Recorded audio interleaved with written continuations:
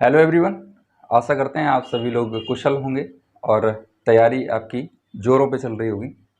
आप लोग पैट के एग्ज़ाम के लिए हमारे साथ जुड़े हुए हैं। इसकी तैयारी के क्रम में हम लोग इतिहास वाले सेक्शन को देख रहे थे, इतिहास को, और इसमें इतिहास में हम लोग एंशियंट इंडिया को कवर कर रहे थे। इसमें लास्ट टॉपिक हम लोगों ने अशोक को कवर किया था। फाइन, नेक्स्ट वन टॉपिक हम लोग बात करेंगे आपके सिलेबस में गुप्ता डायनेस्टी की बात करिए, गुप्त साम्राज्य,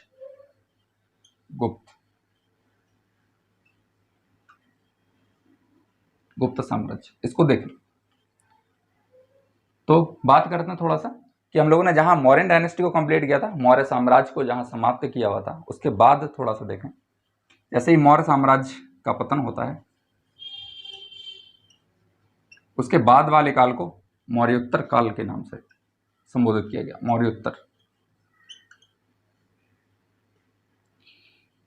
मौर्योत्तर काल बोला गया। मौर्य के उत्तर मतलब मौर्य के बाद वाला काल। एक्चुअली शासक जो हुआ करते थे वो थोड़ा डिसिफर्ड टाइप के थे, मतलब इधर उधर फैले हुए, और कोई सेंट्रल इस तरह की अथॉरिटी नहीं थी। जिस तरह से मौर्यन डायनेस्टी में देखा था कि अशोक ने कितना बड़ा साम्राज्य बना के रख दिया था, सारी चीज़ें फिर धीरे धीरे आते आते और वो सारी विघटित होने लगी, चीज़ें बदली। इस काल में मतलब मौर्य काल के बाद में बहुत सारे विदेशी लोग भी आएंगे, विदेशी आक्रमणकारी, जिनमें इंडो ग्रीक होंगे। इंडो ग्रीक, इनका क्रम आपसे पूछ सकता है तो याद रखना है थोड़ा सा। इंडो ग्रीक, इन्हें हिंद यवन बोलते हैं, हिंद यवन, हिंद यवन। फिर शक, फिर आए थे पार्थियन, पार्थियन, पल्लव भी बोलते हैं पार्थियन। फिर इनके बाद कुषाण, राइट। कुषाण तो दो शाखाओं में आए थे। पहली वाली आई थी कड़फिसस, जैसे आपने नाम सुना ही होगा, कभी पढ़ी होगी हिस्ट्री तो। बीएम कड़फिसस हुआ करता था, कोजल कड़फिसस, तो वो वाली। और दूसरे वाले में कनिष्क। तो फिलहाल ये सारी चीज़ें अपने सिलेबस में नहीं है तो क्या ही करें, स्किप कर देते हैं। बात करते हैं किसकी, गुप्ता डायनेस्टी की। तो देखो यहाँ से लिंकेज करने का थोड़ा सा ये था कि क्रोनोलॉजी आप समझते रहोगे। कुषाण की बात कर रहे थे, कुषाणों के सामंत हुआ करते थे ये गुप्त, ये सामंत हुआ करते थे। गुप्त जो थे वो कुषाणों के सामंत हुआ करते थे। और अब स्टार्ट करते हैं गुप्त साम्राज्य। तो लिखेंगे संस्थापक, नाम आता है श्रीगुप्त का, श्रीगुप्त। गुप्त साम्राज्य की स्थापना किसने करी, किसने करी भैया, श्रीगुप्त ने करी। ठीक है, तो इतना बड़ा इशू नहीं है इसमें, आराम से याद ही करते रहेंगे। 240 एडी, एडी फॉर ईसवी, 240 ईडी, एडी मतलब ईसवी होता है, और मैंने पहले भी बताया एनो डोमिनी की बात कर रहा हूँ। इसके बाद कुछ इसमें, इनके बाद घटोत्कच, इसके बाद घटोत्कच के बाद आया चंद्रगुप्त, चंद्रगुप्त प्रथम। हम लोग पढ़ चुके हैं चंद्रगुप्त मौर्य को, वो मौर्य साम्राज्य में थे, ये चंद्रगुप्त दूसरे हैं। तो ये आए चंद्रगुप्त प्रथम, चंद्रगुप्त प्रथम। इन्होंने उपाधि ली महाराजा धीराज, महाराजा धीराज की उपाधि धारण की, और ये लगभग 319 में, 319 एडी में आए हुए थे। इनके समय में गुप्त संवत चलाया गया, गुप्त संवत। और इन्होंने लिच्छवी की राजकुमारी, लिच्छवी की राजकुमारी कुमार देवी से विवाह किया था, कुमार देवी से विवाह। मैंने क्या बताया आपको भैया, श्रीगुप्त ने स्थापना करी गुप्त साम्राज्य की, घटोत्कच आया, उसके बाद चंद्रगुप्त प्रथम आए, इन्होंने महाराजा धीराज की उपाधि ले ली, गुप्त संवत चलाया, और लिच्छवी कुमार राजकुमारी से विवाह कर लिए। बस इनके बाद, इनमें बस इतना ही फैक्ट इंपॉर्टेंट मेरे हिसाब से। इसके बाद देखते हैं समुद्रगुप्त, इनके उत्तराधिकारी होंगे, 340 में आएंगे ये, 340 एडी, 340 एडी में समुद्रगुप्त आएंगे। और समुद्रगुप्त जो होंगे, इन्हें भारत का नेपोलियन भी बोलते हैं, भारत का नेपोलियन। रीजन क्या था, इन्होंने जीवन में जितनी लड़ाइयां लड़ी कभी हारे नहीं है। और इसके पहले सुनो, इनमें ही देखते हैं क्या, इन्होंने एक तो 9 राजा, जो उत्तर के 9 राजा, उत्तर के 9 राजा और दक्षिण के 12 राजाओं को, 12 राजाओं को हराया था।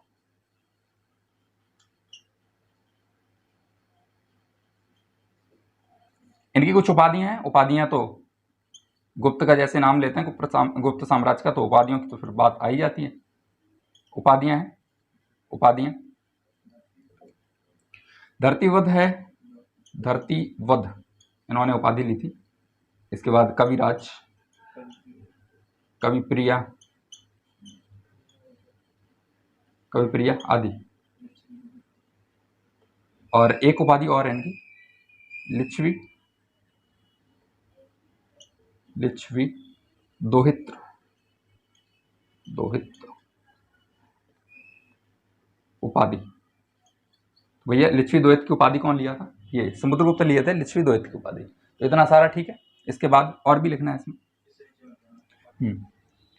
तो लिच्छवी दोहित्र की इन्होंने उपाधि ली हुई थी। और एक और उपाधि महाराजाधिराज नहीं लिखा है, वो भी आप लिख लो। समुद्रगुप्त ने भी महाराजाधिराज की उपाधि धारण की थी, महाराजाधिराज,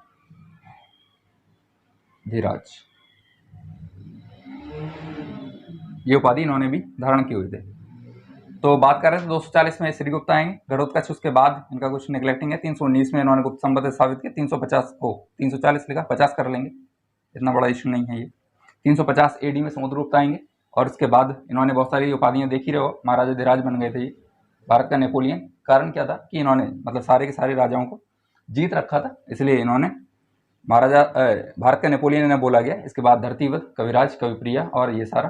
तो कविराज, यहाँ से मैं एक चीज़ और बता दूं कि वीणा बजाते हुए जो उल्लेख है, उल्लेख नहीं, चित्रित है इनका चित्रण, वीणा बजाते हुए, वीणा बजाते हुए चित्र बना है। किस पे, स्वर्ण सिक्कों पे, स्वर्ण सिक्के इनके समय में चलाए गए थे।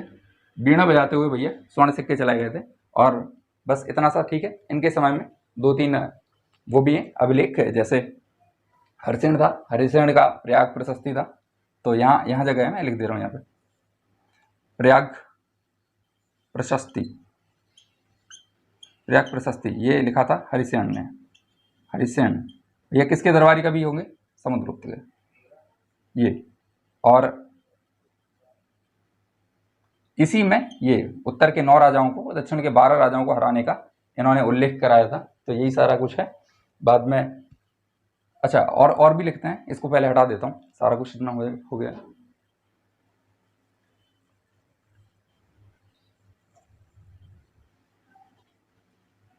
नेक्स्ट, राजधानी।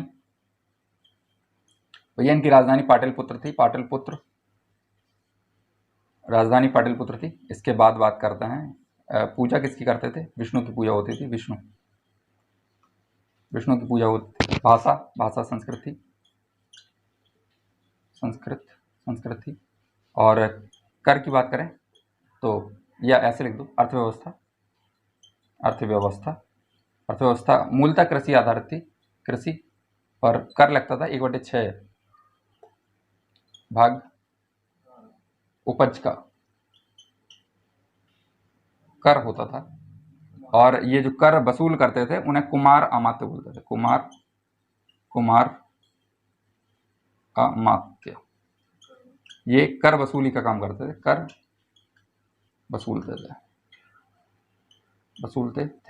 कर वसूलते थे। नेक्स्ट बात करेंगे सिक्कों की। प्रतीक चिन्ह भी लिखो, गरुण, प्रतीक चिन्ह गरुण था, गरुण। और इनके समय में कुछ सिक्के चलाए गए थे, सिक्के स्वर्ण सिक्के जो चलाए गए थे उन्हें दीनार बोलते थे, दीनार। और चांदी के थे वो रुपयक कहलाते थे, चांदी के सिक्के रुपयक। तांबी के सिक्के होते थे वो कहलाते थे कौड़ी, कौड़ी। अब से इतना हो गया होगा, आगे चलते हैं। इसके बाद नेक्स्ट लिखोगे आप भानुगुप्त का एरण अभिलेख, एरण अभिलेख। ये सती प्रथा की जानकारी, सती प्रथा, इसका उल्लेख है इसमें। दूसरा आप लिख लो एक और, हरिसेन, ये समुद्रगुप्त का दरबारी था, का दरबारी, और इन्होंने प्रयाग प्रशस्ति, प्रयाग प्रशस्ति में उत्तर के 12 समुद्रगुप्त द्वारा उत्तर के 9 राजा तथा दक्षिण के 12 राजाओं को हराने का उल्लेख किया है,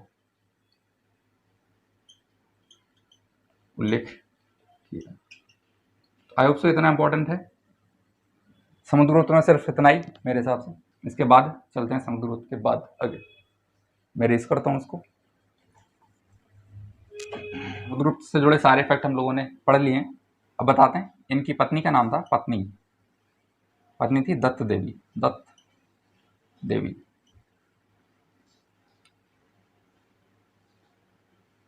इनके बड़े बेटे का नाम था रामगुप्त, और छोटे बेटे का नाम रखा था चंद्रगुप्त द्वितीय। रामगुप्त चंद्रगुप्त से बड़ा हुआ करता था, तो ये राजा था। हुआ क्या, एक स्टोरी है इसके पीछे। रामगुप्त की पत्नी थी ध्रुव स्वामिनी, इनकी पत्नी का नाम है ध्रुव स्वामिनी, है ना। और इनकी पत्नी, अच्छा इनकी पत्नी अभी छोड़ दें। अभी आप सोच रहे हो क्यों छोड़ा, तो थोड़ा 2 मिनट सोचो, वापस आंसर मिलेगा अभी। तो मैंने बताया समुद्रगुप्त के 2 बच्चे, ये बड़ा वाला रामगुप्त और छोटा वाला चंद्रगुप्त द्वितीय। 2 की बात करनी थी हमें मेन। तो रामगुप्त के समय ये राजा था, इसके समय एक शक शासक हुआ था, शक राजा। उसका नाम क्या था भैया, नाम था रुद्र तृतीय। इन्हें नाम ही नहीं मिलते थे, है ना। अभी इस समय होता है ना हवा सिंह, तूफान सिंह, पता नहीं कितने नाम मिल जाते हैं। तो फिलहाल छोड़ो, शक राजा हुआ करता था रुद्र तृतीय। उनका रुद्र तृतीय का क्या, इन्होंने क्या किया, इन्होंने रामगुप्त के शासन पे कर दिया हमला, इसके एरिया को जीत लिया। फाइनली ये युद्ध जीत गया। और उसमें एक बात प्रचलित हुआ करती थी, क्या कि ध्रुव स्वामिनी के चर्चे तो जोरों शोरों सारी जगह, मतलब इसके चर्चे हुआ करते कि कोई है एक रानी जो इतनी सुंदर है, इतनी सुंदर कि कोई उसके आगे पीछे क्या लगेगी। तो हुआ क्या, इसने ऐसे हरा दिया। अभी रामगुप्त हताश, ये शादी नहीं करेगा इससे। हुआ क्या, रामगुप्त बेचारा साम्राज्य तो चला ही गया। अभी ये कह रहा है इसे, ये देखो ये ऑफर दे रहा है रुद्र, कह रहा है हाँ भैया ये साम्राज्य तो हार गए और तुम्हें चाहिए वापस। तो कौन नहीं चाहेगा अपना साम्राज्य वापस। तो ये रामगुप्त कहेगा हाँ दे दो, हार तो गए वो अलग बात है, लेकिन साम्राज्य तो दे ही दो वापस। तो इसने कहा ठीक है दे देते हैं, एक शर्त है। क्या कहते, क्या शर्त है, कहते हैं इसे हमें दे दो, ध्रुव स्वामिनी को मुझे सौंप दो। तो ये इतना बेवकूफ, क्या ही कहें इसको, ये इतना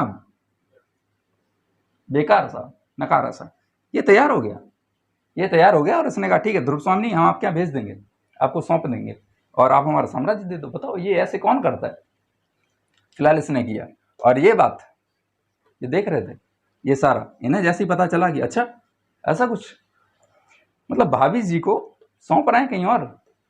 अब ये इससे पूछेंगे कुछ दिन बाद भाभी जी घर पे हैं, तो ये क्या कहेंगे, मतलब भाभी जी घर पे ही नहीं है, तो दिक्कत हो जाएगी फिर यहाँ पे। तो इन्होंने क्या किया, इन्होंने इस पे गुस्सा निकाला। कैसे निकाला, तो पहले तो इस चंद्रगुप्त द्वितीय को गुस्सा आया किस पे, इस पे रुद्र तृतीय पे। तो ये कहता है क्या, अच्छा मतलब हराया और वापस इसकी डिमांड कर रहे हो, बताते हैं तुम्हें।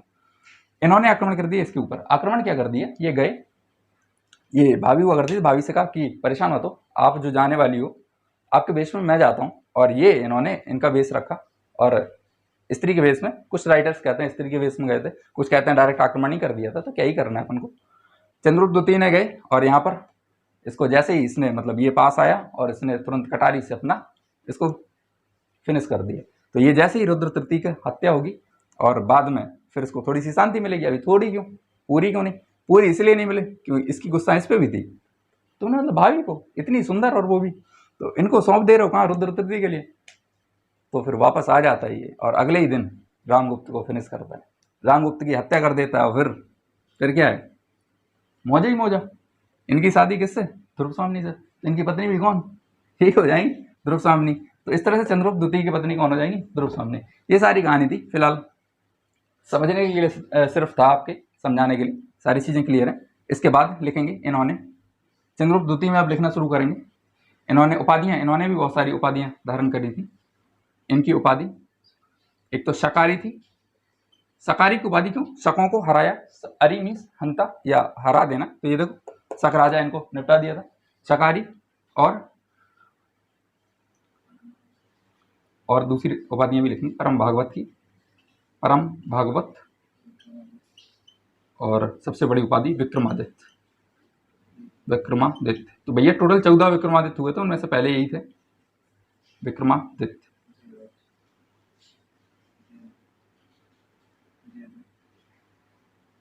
देवगुप्त, देवराज,